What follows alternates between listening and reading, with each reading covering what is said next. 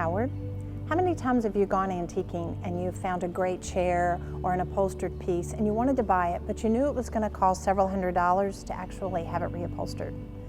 Today in this video, I'm going to show you how just within moments you can transform an upholstered piece with a one-step paint. So I'm going to be testing a different color combination that I want to be able to use on this amazing dining chair that I'm rescuing. The chair that I'm going to be working on is an old ball and claw chair. It's kind of a cherry finish. It's probably from the 1970s, and I'm going to lacquer it in White Perfection lacquer. So the first thing I'm going to do is I'm taking my round hog hair brush. I'm going to dip it into my Massey Hill, and I'm just going to stipple it on. It's going to probably take 2 applications, but this first one I'm going to let it dry for about 30 minutes. And I can use fabric that actually has a design on it. I do want to stay with a low nap. Things like linens, chintz, cottons are great. Now on the other hand, sometimes I do cheat just a little bit, and I will take velvet with a low nap and I'll lay a stencil on it. So as I'm applying this, I'm looking to see if one coat is going to be enough. Now remember, it's one-step paint, not one coat. So sometimes it may take 2 coats, depending on if the fabric color bleeds through. So even if I was working on a piece of furniture, I'll just be doing this while the piece is upholstered. I don't have to take the fabric off of it. That's really important. Now my testing fabric has dried. It's been about 30 minutes. So you'll notice the nice thing about it is, because I did thin my one-step paint just a little bit with water, it's still very supple. A lot of people think, if I'm going to paint fabric, what is it going to feel like? It feels amazing, and it doesn't come off on your clothes, so you don't have to worry about that. I'm going to apply a stencil, which this particular piece, it's already been done. This is an adhesive stencil, so it allows me to be able to just stick it on there. A lot of people call these kiss cut stencils.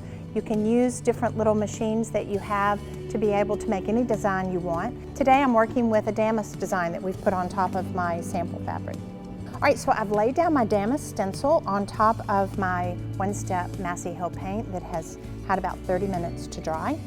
And I love the new orchid color. So I love the combination of the orange and the purple. So I'm gonna dip my brush, a new clean brush that's dry, into my paint, and I'm going to do a stippling effect.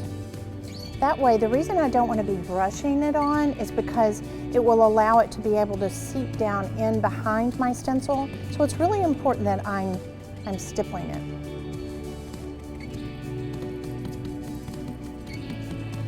I love the fact that the easeability of being able to use the one-step on fabric. Let's say you want to be able to change the color of the drapes in your family room. All you have to do, take them off the rings, paint them. You can come back and do a design like this on top of them, and they're totally new. All right, so after this has a chance to dry, I'm going to cheat just a little bit because I want to be able to show you. I'm going to go in and I'm going to pull away my stencil. Because it was adhesive, I'm going to have to pull it off in sections. So that way when I'm finished, this is my design. So again, all I did, I cut my one step with just about 20% water to be able to thin it down. I use my round hog hair brush. I stipple over it to make sure it's nice and covered. I don't want to have too many brush strokes. If you get one of the hog hair or China bristle brush hair in your paint, just take a loop of a little bit of tape, touch it, and it'll bring it up. Then I allowed it to dry 20 to 30 minutes. I came back, applied my stencil, and then took my beautiful orchid color, stippled it on top of it, and voila. I love the color combinations. They're really fun. It allows me to be able to see with the design how amazing it's going to look. So I'm going to go enjoy the bragging rights.